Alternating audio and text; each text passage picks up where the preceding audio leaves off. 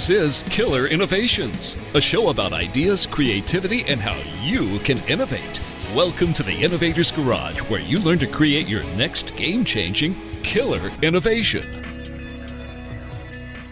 Welcome to Killer Innovations. I'm your host, Phil McKinney. Now, in the past, I've shared with you a little bit of background on my family, my wife, my kids, particularly back in the early days of the podcast.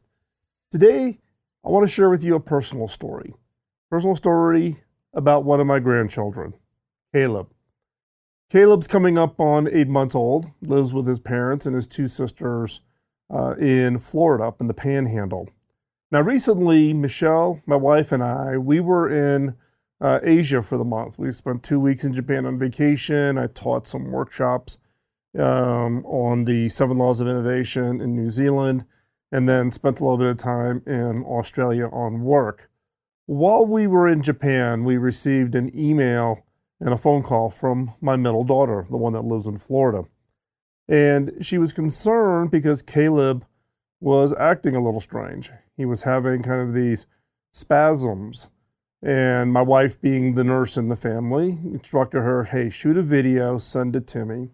Of which she did. My wife saw it and immediately recognized that it was a neuro issue, and instructed my daughter to get it looked at immediately. Ultimately, Caleb was diagnosed with what's called West syndrome, which is infantile spasms. Only 2,500 children are ever diagnosed with West syndrome. There's some risk to this. If the seizures are not brought under control, there is an increasing risk for brain damage and learning disabilities and impairment. Now, before we even got the diagnosis, my daughter and her husband started working the issues to get him in to be seen by a doctor. My son-in-law is a pastor at a small church in Florida, and therefore they don't have medical insurance through the church. They instead are using the Affordable Care Act insurance available in the state of Florida. Challenges started to show up right away in the fact that for him to be looked at by a specialist, the only hospital that took ACA insurance was more than 4 hours away. And when they called to get the appointment to get him evaluated, it was a 5-month wait before they could get the appointment. In the meantime, my wife and I were more than a little stressed. We were still in Asia, but having daily phone calls back to the States as all of this was unraveling. Just as we were coming back into the States, Caleb came down with a fever and suddenly was having a significant number of these infantile seizures. Literally the head movements, etc. So they took him to the hospital that evening and immediately recognized that there was something more than a local hospital or the emergency room could handle. And they arranged for him to be transported by ambulance 4 hours to the hospital that takes the Affordable Care Act insurance. And as a result of that, that is where we received the diagnosis of West syndrome. Again, it's an extremely rare condition. It's extremely can be very debilitating from the standpoint of if it's not caught early. Fortunately, we caught this very, very early. But the obvious result of is after you receive such a diagnosis is what are our options? What drugs, what treatments are available for such a rare condition? And that began a whole series of processes on our part to begin looking at how do you, quote, fix this, right? And I think that's a natural reaction. Something's broken. Think long and hard about it, break down the issues, and go about trying to, quote, fix this. At the hospital that ultimately, and it's a major university hospital in Florida, great doctors, great hospital staff. Again, this is an extremely rare condition. Only 2,500 children are diagnosed with this. And so it's not like there's a huge amount of options in the whole process here. And needless to say, with the fact that they already have two other children, my 5-year-old granddaughter, 3-year-old granddaughter, and then Caleb at 8 months, they've got 3 kids and trying to keep everything normal and going forward while trying to figure out what to do with regards to the diagnosis of West syndrome for Caleb. A little bit more on West syndrome. West syndrome is they call it infantile spasms. And again, I'm not a medical doctor, but it's kind of along the lines of infantile epilepsy. And through this whole process of now, having a name to the diagnosis and immediately going out to Google and going out to the major medical site and starting to search, there's not a lot of information because it is such a rare condition. What this ultimately, though, then is it dropped us into the world of orphan drugs. Now, orphan drugs are those, drugs or therapies that typically don't get developed because there's too few people who have that condition to make it economically worthwhile. And orphan drugs are what I would call the pharmaceutical industry's version of orphaned innovations. Innovations that are done, but the marketplace is just way too small to make it reasonable for someone to design, produce, manufacture, ship, sell, and support. The market sizing is just way, way too small. And dropping into this world of something that I just knew nothing about with regards to orphan drugs has been an incredible eye-opener as to what is the challenges when you are looking at innovations, technologies, biomedical, whatever, to impact people's lives, but the condition that's impacting a person's life is so small from the standpoint of the people that can be saved. What are your options? What do you do? How does this all work? And let me tell you, this was more than eye-opening for us. I'd heard a little bit about orphan drugs, had never really never dug into it because I don't come from a pharmaceutical background. I don't do innovation work in medical. I did a little bit of work when I was on the innovation board at Roche, working with them on innovating solutions for type 2 diabetes. That was very eye-opening for me, and I enjoyed the 3 or 4 years that I worked with Roche as an innovation advisor on their type 2 diabetes work. But it's not a background I have. My wife, on the other hand, is a nurse. She is spent 25 years of her nursing degree and career as a neonatal intensive care nurse, working with extremely sick preemies in the NICUs at leading hospitals such as Northwestern and University of Chicago and others. But it's also a little different when you can read about it and it's an interesting article in USA Today versus all of a sudden it's impacting your family. And what does that really mean? So, needless to say, we spent a lot of time digging in on what the orphan drugs issue is, the challenges, how it really impacts people's lives. And I've taken a step back and looked at it from a much broader context of what I'm calling orphaned innovations. And when I look back on my career, I've had these challenges around what I call orphaned innovations, just never had a label for it. I've never been able to name it something in order to understand what it is, the impact, and what options there are to address these issues where there's just an incredibly small market for these drugs or technologies or innovations or whatever they might be. So today's show, we're going to talk more about these two areas. One is orphaned innovations. What are they? What are some examples of those?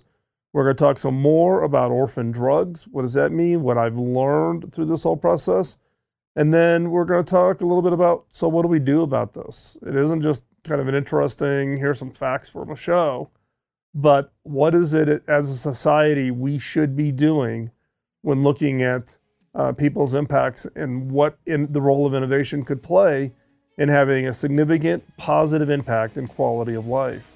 So this is a little bit of a different show than we've done in the past. We're going to get into some personal stories, some personal experiences, some of my family's frustrations, but I hope it is enlightening. So stay right there. We'll be right back.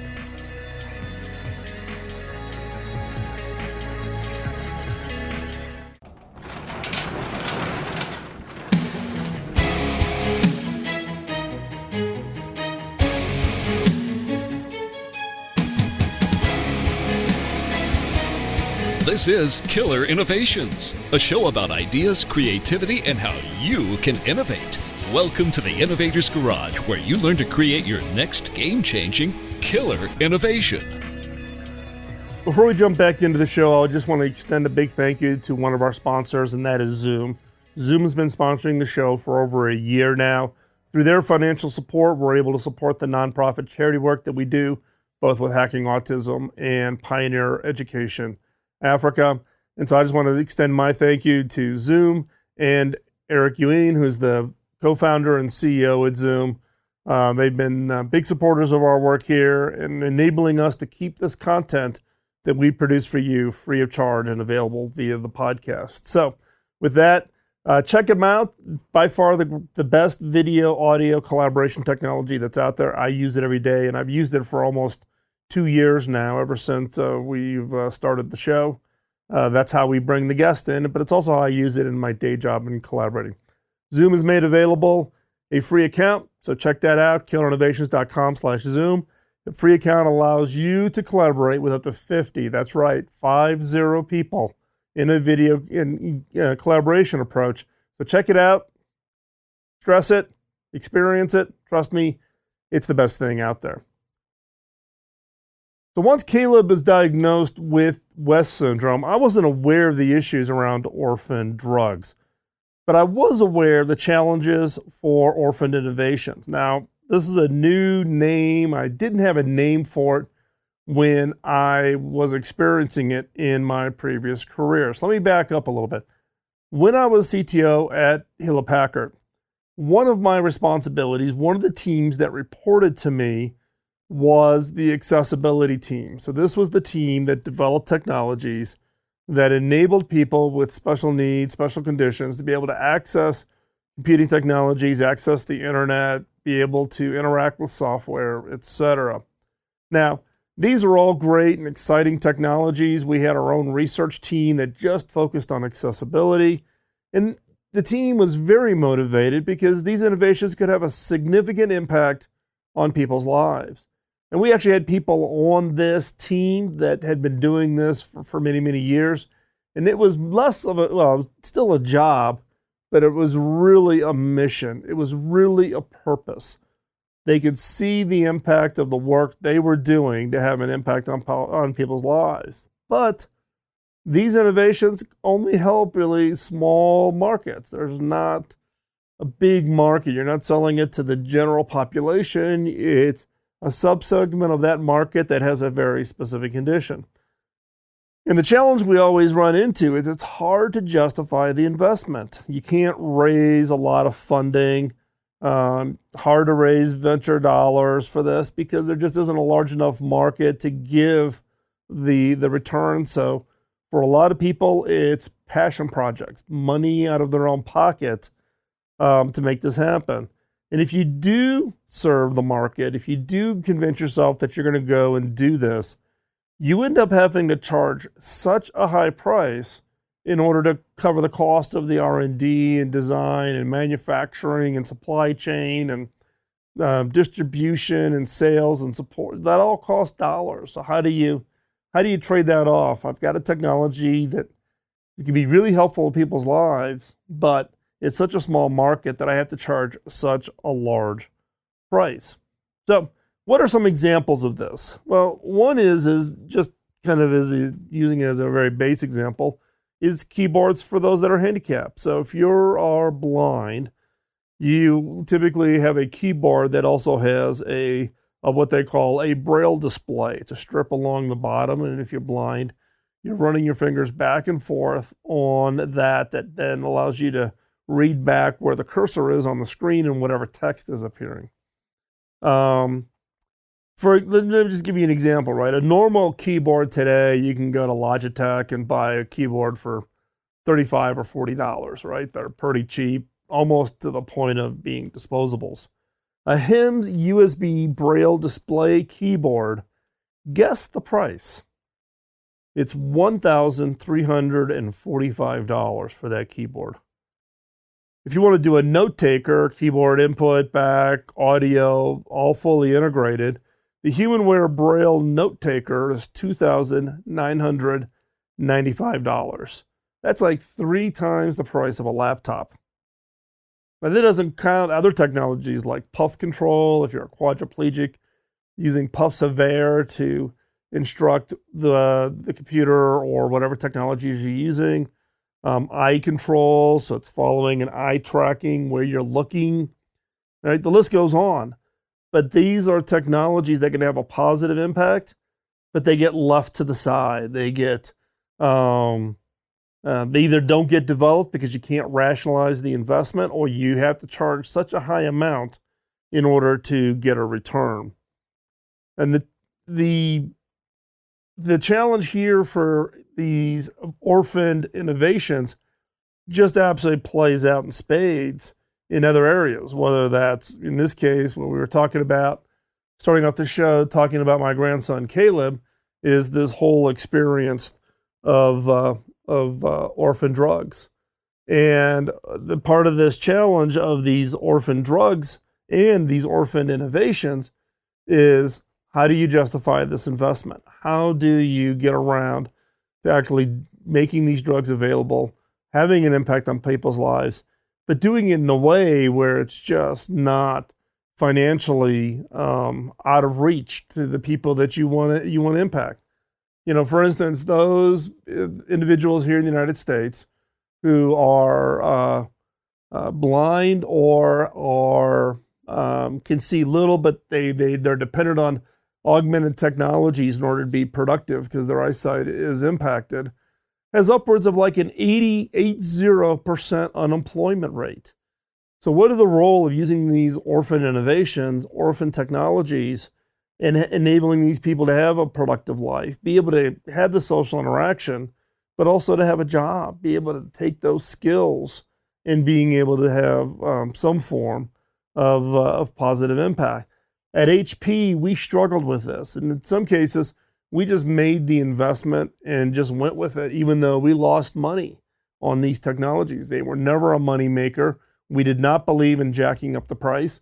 We believed in keeping it as down as much as we could because it was just the right thing to do to serve even a very, very small segment of the community and doing that in the right way. So, and there's a lot of orphan innovations out there, and I'm going to be surprised. I'm going to guess that a number of you are aware of these orphan innovations that got abandoned to serve or help people and have an impact on people's lives that just never are going to see the light of day because you can't justify in a traditional P&L sense an investment that's going to give you negative return, albeit mentally we know it would be the right thing to do. So, orphan innovations, it's a label I'm attaching to this. It's something that I had experienced in my previous career as CTO at HP. I just didn't have a label for it. I was still frustrated by it. But we've got to find a way to make these things happen. So, we're going to continue on our discussions on orphan innovations and orphan drugs here in a second.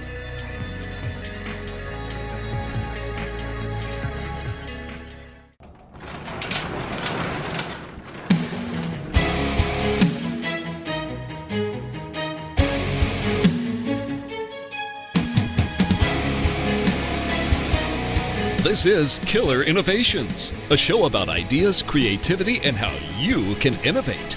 Welcome to the Innovator's Garage, where you learn to create your next game-changing killer innovation.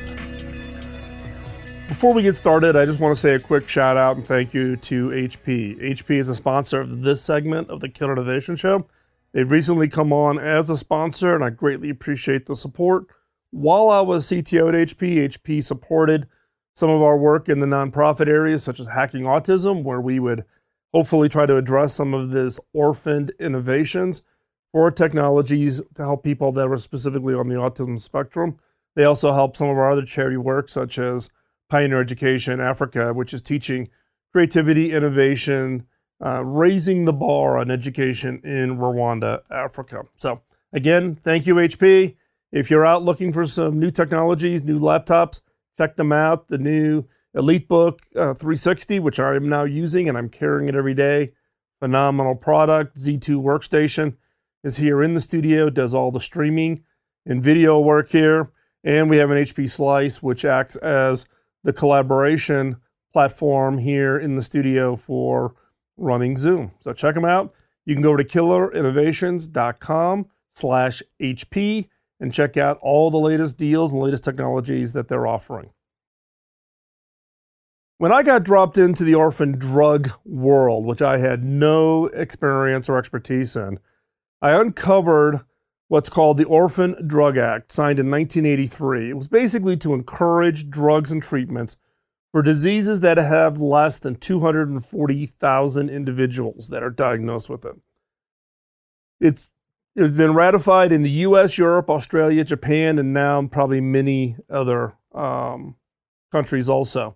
So the Orphan Drug Act, or sometimes referred to as ODA, has certain incentives. So for instance, if you are a pharmaceutical company, you have certain incentives to do work in drugs that have a very small market. So for instance, a 50% tax credit for development, 20-year carry forward on your tax credits. You get your FDA fees waived, which can be multiples millions of dollars.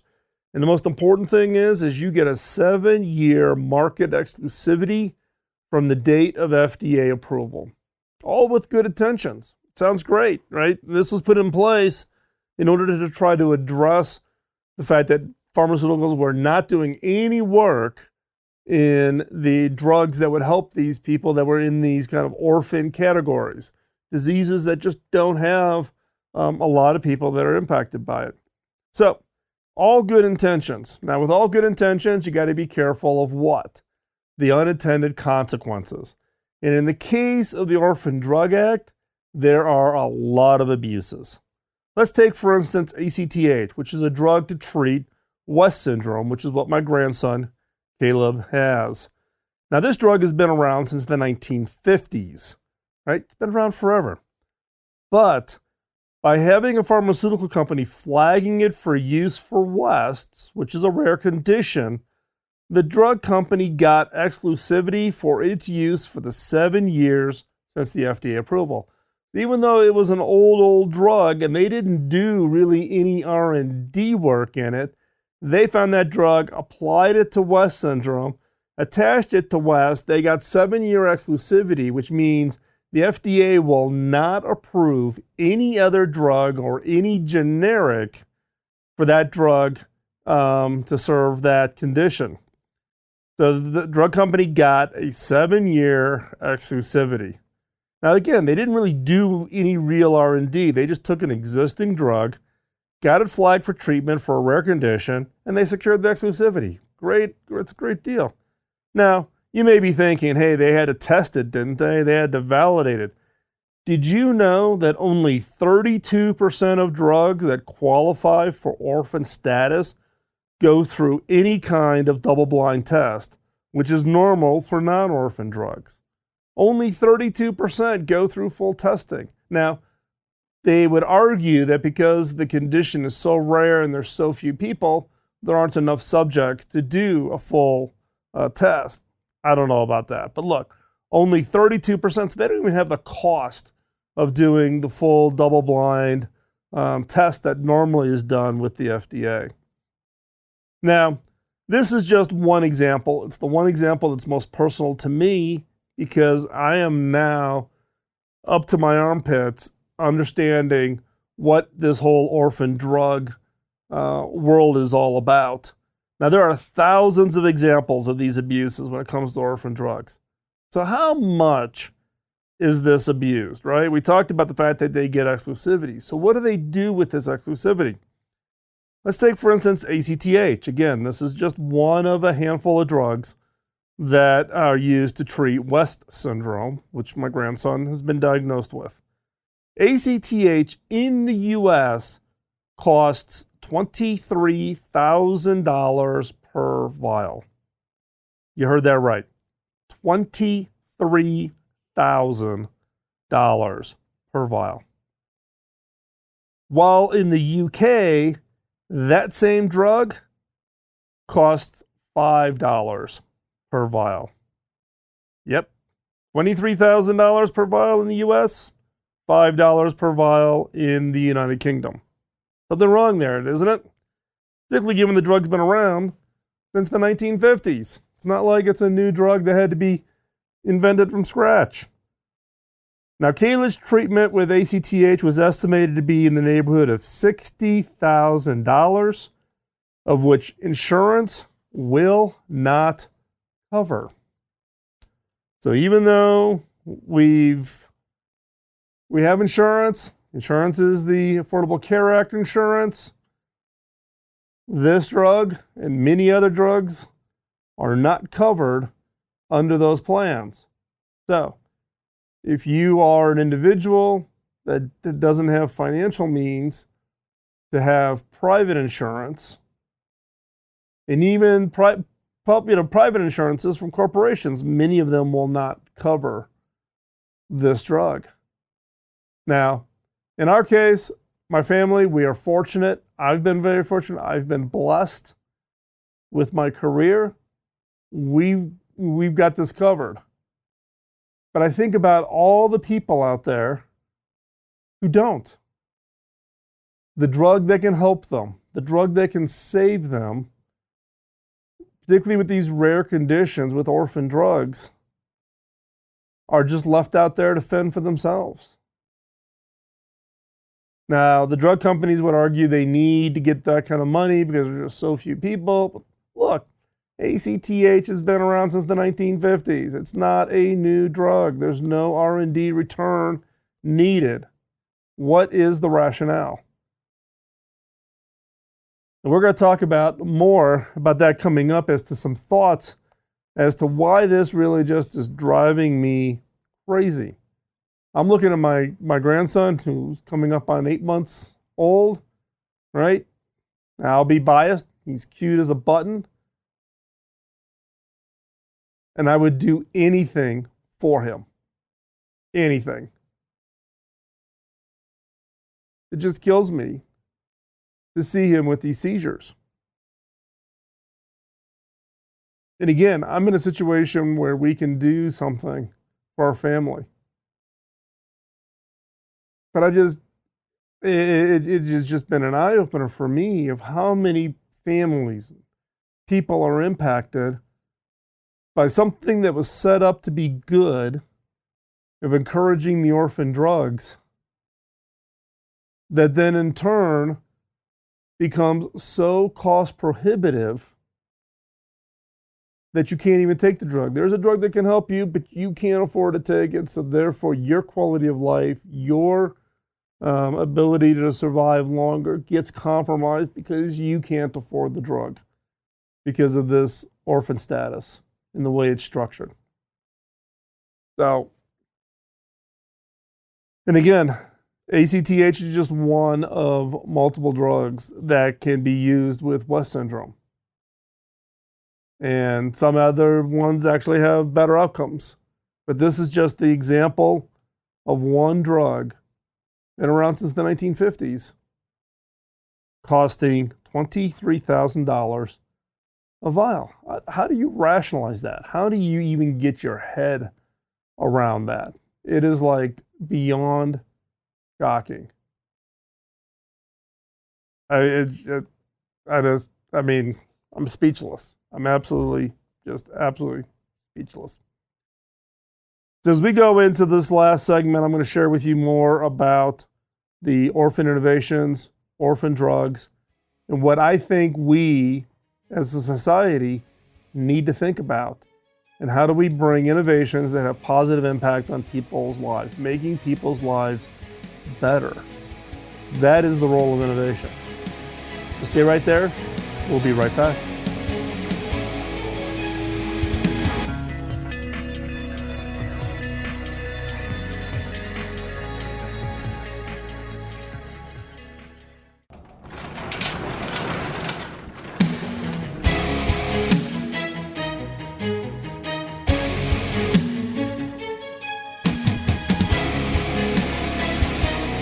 This is Killer Innovations, a show about ideas, creativity, and how you can innovate. Welcome to the Innovator's Garage, where you learn to create your next game-changing killer innovation.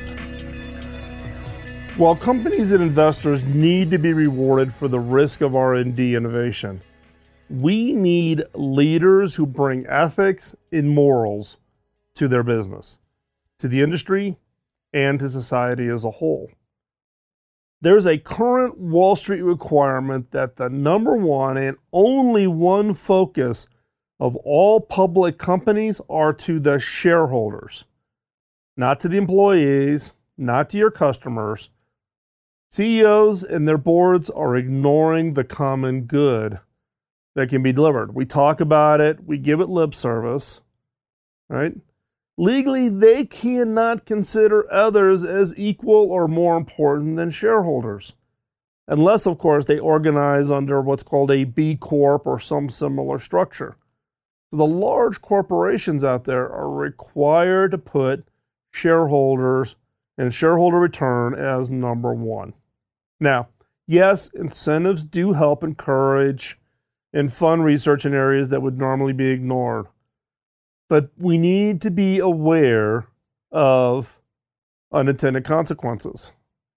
We need to change the thought processes of CEOs and boards, particularly in areas like pharmaceuticals and orphan drugs.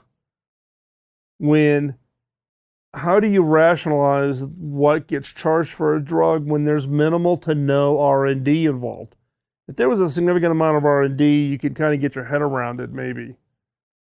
But when a company takes a drug that's been around since the 50s and applies it, but puts it through FDA approval, so they get the 7-year exclusivity, and therefore there's no constraint on what they can charge for those, for the exclusivity, because nobody else can compete with them.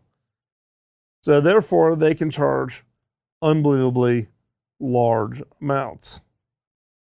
I would argue that we as companies, as organizations, we need to think differently in these areas of orphan innovations, whether it's braille keyboards, screen readers, puff controls, accessibility technologies, other things that any of us do that can have a positive impact on people's lives. And then we as a society should give them credit for that. We should acknowledge that. We should thank them for that. Rather than looking at our pension fund and saying, wow, that company didn't give us such a great return because they gave away some stuff. And therefore, the stock price is depressed, right? It's not just the companies. It's those in the front lines, those of us who buy products and services from these companies, should be willing to thank those companies that do recognize the value of addressing orphan innovations and orphan drugs. And there are lots out there. I'm not saying everybody's bad. Most are good. Most are doing great work. We need to acknowledge them. So you may be asking, how is Caleb? Well, actually, the night I'm recording this in my studio here in Colorado, we're getting ready to travel. Caleb's been rushed back into the hospital. My daughter and Caleb are in the car on a 4-hour drive back to the hospital. The seizures have returned. He was on some drugs, 2 sets of drugs. We stopped the seizures. And again, the quicker we can stay off the seizures, the lower the risk for any kind of brain damage. The seizures have returned. They are in transit. We're waiting for the phone call literally while I'm sitting here in the studio to hear the call from my daughter that they've arrived at the hospital. and then we'll understand what the diagnoses are. So we're early in this process. Don't know what that outcome is going to be.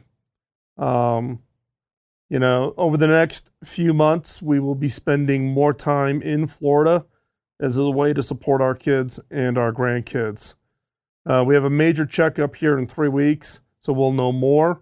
And as I'm doing more research into the orphan drugs, hopefully something good of this can happen. One, we can get Caleb seizures to stop.